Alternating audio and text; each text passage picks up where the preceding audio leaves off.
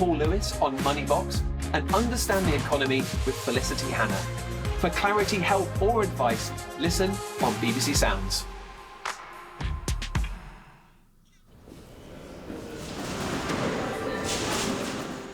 Now on BBC One Wales, the lunchtime news with Clive, Myrie and Jennifer Jones.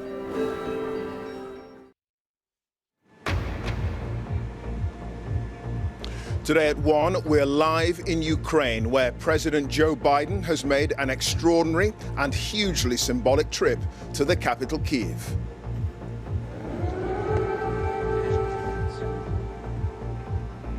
Air raid sirens sounded during the visit, shrouded in secrecy, but meticulously planned for weeks. President Biden commended the bravery of the Ukrainian people and stressed the unity of the international alliance against Russia. Kyiv stands, and Ukraine stands.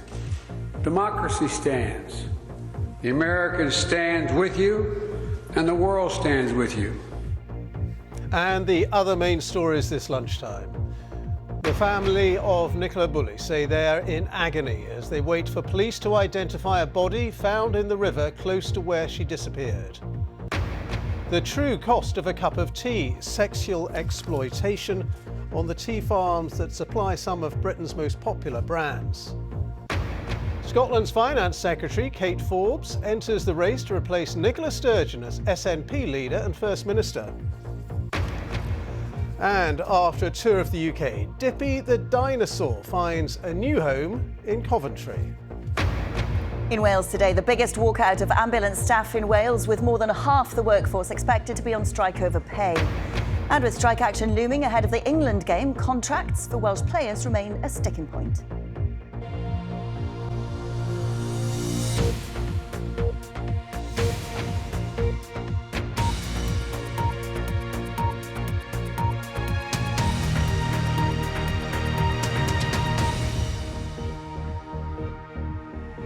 Good afternoon to you from Kyiv, where an American president has made an extraordinary visit to an active war zone. It's Joe Biden's first trip to Ukraine since Russia invaded almost a year ago.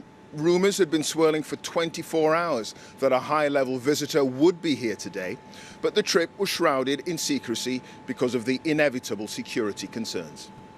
As President Biden paid his respects to those killed in the war at St. Michael's Cathedral, just a few hundred yards behind me over there, air raid sirens sounded right across the city, but there was no imminent threat.